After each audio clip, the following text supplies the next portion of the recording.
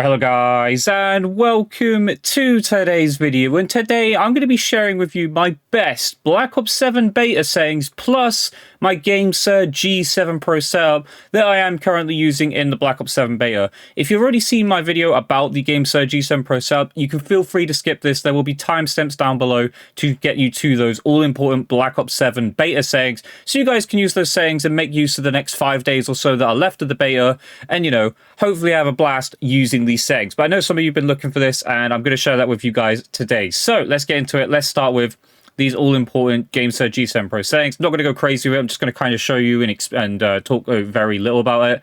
Again, if you want a full guide of this, I do have a video about this, but let's get into it. So as you can see, all the buttons are the same. L5 is L5, R5 is R5, RT is RT, LT is LT. You get the point. Basically, the only thing that's changed is I have the paddle on the bottom, which is R4, set to A. It's the only paddle I'm using. L4 I'm currently got off, and you can switch that to not even be an active paddle, so you can't even press it, which I currently have at the moment. So I only have A on. That is to jump in Black Ops 7, but we'll see that when we get to those all-important Black Ops 7 settings. But that is it. That's all I'm using currently. Next up, we're going to go to the sticks, not right triggers. We're going to go to the sticks. These are quite important, so do pay attention. Left, we've gotten 0 and 100 because we have no stick drift whatsoever. We've also got anti-dead zone at 0 and 100. Curve adjustment is normal, and we've got it on raw though. So change it to raw because this is more precise. As you can see, it's hard to show without having a true hand cam, but this is following my input to the absolute T. And if you go to the right stick, it's the absolute same, except I have set it to 2 and 100. If you set it to 0, it's far too sensitive. So I wouldn't set that to 0 personally. I'd set it to 2 just because it's far too sensitive if you do have it on 0 and 100. But we've got 2 and 100 there, and then we've got 0 and 100 there. And then change the curve adjustment slightly because we basically created dynamic in the controller, okay? So if you've played, obviously, Call of Duty, you'll understand the dynamic sensitivity curve, etc. You can see from that graph there, which says input to output, we've kind of built dynamic, essentially. But we've got it here at 80 as well, so set the curve adjustment to 80. I'd say anywhere between 70 and 85 is where you want this, but I set it with 80. And again, stick trajectory, have this on raw, because as you can see, as soon as I touch the controller, it is just super sensitive. It's following everywhere I want to go. If I want to go really out there, if I want to be do slight minuscule touches, it's absolutely fantastic. And this is a game changer. So definitely have these settings like this. It's the best setting and the best setup for the thumbsticks on this controller. Next up, we've got the triggers, and as you can see, we've got it on 0 and 100 and 0 and 100 here as well. Again, curve adjustment left alone, hair trigger mode we left alone on the left trigger. Nothing too crazy there. I don't have the trigger stop on this side. I don't like the feel of it on this side. But on the right side, I do have the hair trigger on, so the trigger stop is on. But as soon as I press it, as you can see, it is instant. That is because we have the hair trigger mode set to fixed, and basically as soon as I touch it, I will be shooting instantly. So if I want to shoot rapidly, I can do so very, very quickly. Very, very nice setting there. So definitely make sure you're using that as well. And then finally, vibration, have it all completely off. You don't need it on. It also can ruin the lifespan of your controller and damage your controller in the long run. But have it off. You don't need it on. You don't need it to, whilst you're aiming, etc. Your controller vibrating in your hands. It's just not going to help you aim. But that is it. That is a very quick guide to the GameSir G7 Pro setup that I am using here in the Black Ops 7 beta. If you want a full guide, if you want to know things more in detail, I do have a full video discussing the GameSir G7 Pro and kind of my thoughts and feelings and that and stuff. But now we're going to cut to those all-important Black Ops 7 beta settings. So let's get to those all-important Black Ops 7 settings. Right, and hello and welcome to the second part of today's video, which is going to be those all-important Black Ops 7 beta settings.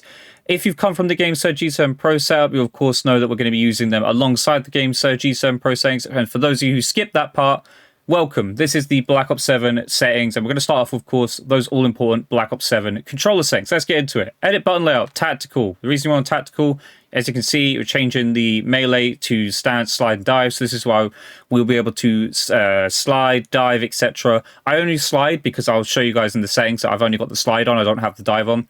But crouch, prone, you name it. I can do it all on the stick without having to move my thumb off of the thumbstick. I'm using horizontal and vertical as 1.55, so it's slightly different to my Black Ops 6 settings.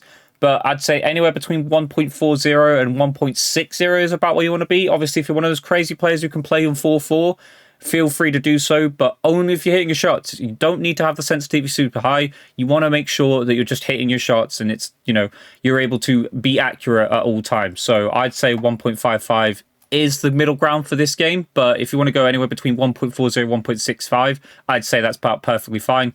All of these I've got on, off, don't need to, except for on PlayStation. If you're on PlayStation, it might be worth turning this on. Controller vibration, have this off. You don't need this on. You don't need this vibrating in your hand whilst you're trying to shoot. And then dead zone inputs. This is all going to depend on your controller and your current thumbsticks. But on the GameSir G7 Pro, if you are using one, you should have virtually next to no stick drift whatsoever. So I've got it set to 2 and 2. I could probably set these to 0 and 0 if I really wanted to, but I've just got them on to 2 and 2 for now. Might change them to 0 and 0 later on, or maybe when the full game releases. But 2 and 2 for that, 99 and 99. I know some people have moved this down before to make it more, to reach the maximum input quicker to like 70 and that. You can do that, there's nothing wrong with that. I wouldn't advise doing that with the right stick though. But left trigger and right trigger, you want these on 0, 0. So as soon as you're hitting the triggers, they are going, they are at a full press instantly. Next up, aiming. We want this all on 1. We don't need to do anything with that. Aiming advanced settings though, this is important. Oh, actually, before we get to that, target aim assist. Make sure you have this on. Don't turn your aim assist off. Aiming advanced settings though, change this to instant because this is actually set to gradual for some reason, so make sure you've changed that.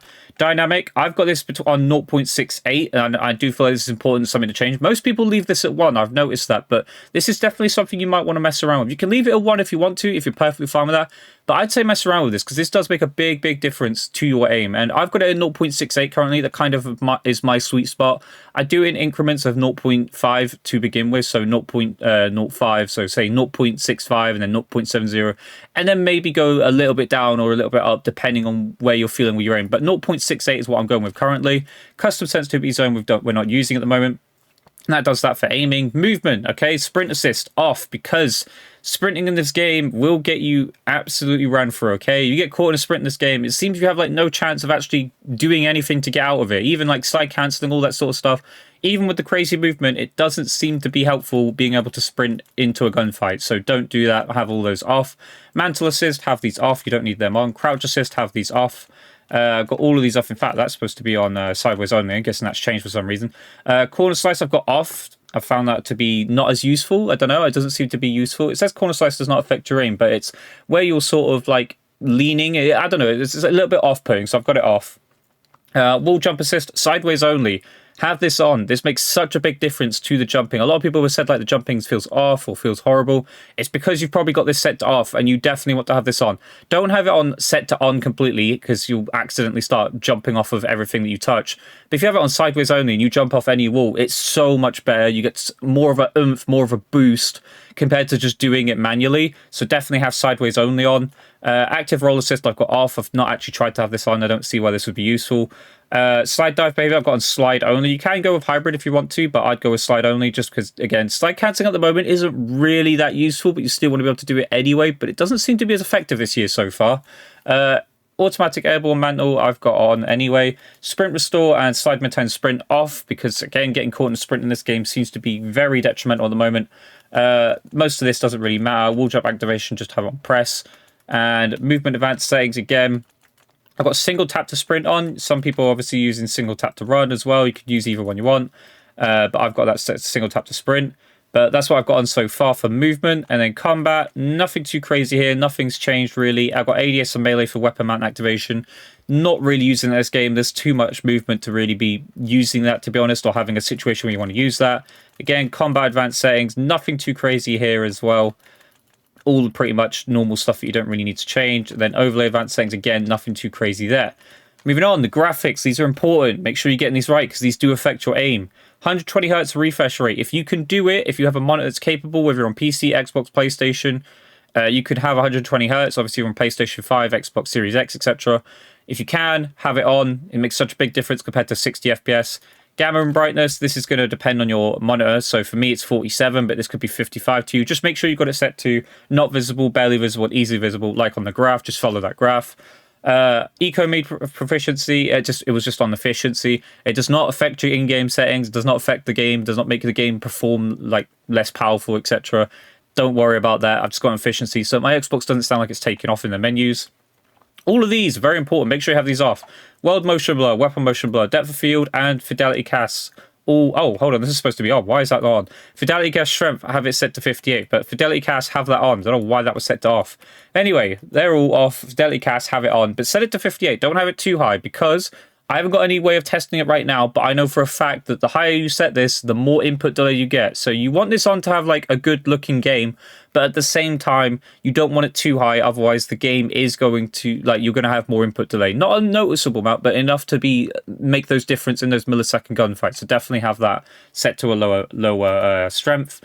On-demand texture streaming, I've got set to minimal. Again, this is not useful. You don't need this optimized. This is downloading data whilst you're trying to play. It's going to cause you to lag. It's going to have cause you to have ping spikes, etc. Just have it set to minimal. I wish this was a setting you could just have off in general. All of these off. Field of view, very important. Again, make sure you're getting this right. But anywhere between 95 and 105. And last year I was on 103, but for some reason in this game, I've found the sweet spot for me so far to be 98. I don't know why that is, but 98 seems to be the best for me. ADS field of view got affected, and weapon field of view wide. The reason this is, so it says the weapon looks smaller, but it also gives you less visual looking recoil. It doesn't reduce recoil, but it gives you less visual looking recoil, which is quite nice when you're trying to, win gunfights, etc. To not have the gun bouncing around as much on your screen. Next up, we've got least for both of these. So this is, again, least amount of camera shake whilst you're trying to shoot and aim and stuff with like grenades and stuff going off. Finally, audio, nothing too crazy here because, to be honest, the audio in this game, like, it's not great, it's not fantastic. Can't really say I'm hearing footsteps, which is a good thing, but at the same time can also be slightly a bad thing. It feels like there's just a lot of noise going on with, like, explosions and stuff like that. So there's not really much you can do at the moment. We're trying to, like, hear footsteps and stuff, but I've got that to that anyway. And then there's voice chat, and then finally, interface. Server latency, packet loss, have these on so that you can see whether you're getting like some sort of ping spike, packet burst, packet loss, what your ping is at the moment, whether you want to leave that game because of it. Definitely have it set to that. And then finally, we've got readability, but we don't need to change any of that. It's color customization. This is going to affect how your game looks. So color filter 2, set color filter target to both, which is obviously will affect both the world and interface, and then have them to 100, 100. It's going to make your game pop out, look stunning, and just be able to spot people much, much easier with these color filter settings. And then finally, gameplay HUD, nothing too crazy here. You got the safe area, which I pull all the way to the middle. The reason I pull it all the way to the middle is because this brings the minimap closer to the center of the screen, so you're not having to look up to the far top left to look at the minimap. You can look at it to the center of the screen because we have a minimap with red dots again. I know. Obviously, we normally get that now, but we have to make that point. The minimap is there with the red dots, so we're all good for that. Crosshair lines, have them on, and then crosshair dot I have on as well. And then you can obviously change color. I've got it set to green because there doesn't seem to be any grass in this game anyway, so it's not really having some sort of clash. But make sure you've got it set to a color that is useful to you and that you can see. It just pops out to you and looks visually appealing to you. Make sure you got it set to that. And that is it. That is kind of a quick guide to my Black Ops 7 beta settings plus my GameSir G7 Pro settings that I am using here in the Black Ops 7 beta. I will do a video in the future about my thoughts and opinions so far, but I just thought I'd share my settings with you guys so that you guys can enjoy the beta for the next 5 days or so. Some of you, of course, will obviously start playing on the 5th when the beta is completely free, so make sure you've got it installed beforehand so that you don't have to deal with this. I'm pretty sure you might even be able to adjust those settings whilst not having access to the game yet. If you can, do so, because then you won't have to mess around when you do load up the game. But any questions, leave them down below. I'll try and answer them as best as I possibly can. But I hope you guys enjoyed today's video. If you did, leave a comment, leave a like, subscribe next to your son. I'll catch you guys in the next video. Goodbye.